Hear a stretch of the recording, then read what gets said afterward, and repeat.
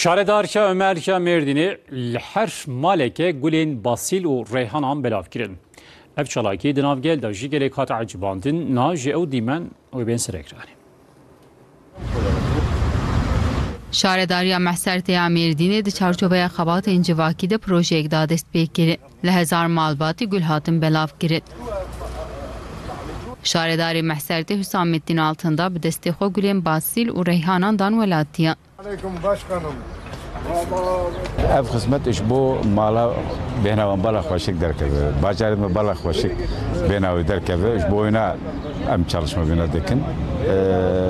Ji bo destekevan ji Büyükşehir Belediyesi ez teşekkür dikim.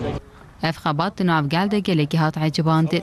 Gulên basil û reyhanan sembola bêhna havînê ne.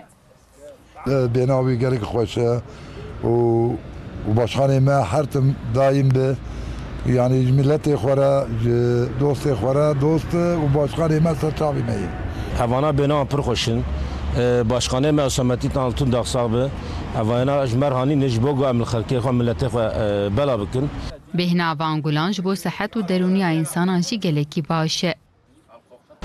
Evana hem ji bo bêhnê hem ji bo sağlığê doğalê yani bênik pir xweş e. Ji bo însana jî baş e. Şinkayî ji bo malê tişî sûs e. Hat gotin ve çalekên bi vî rengî dewam bikin.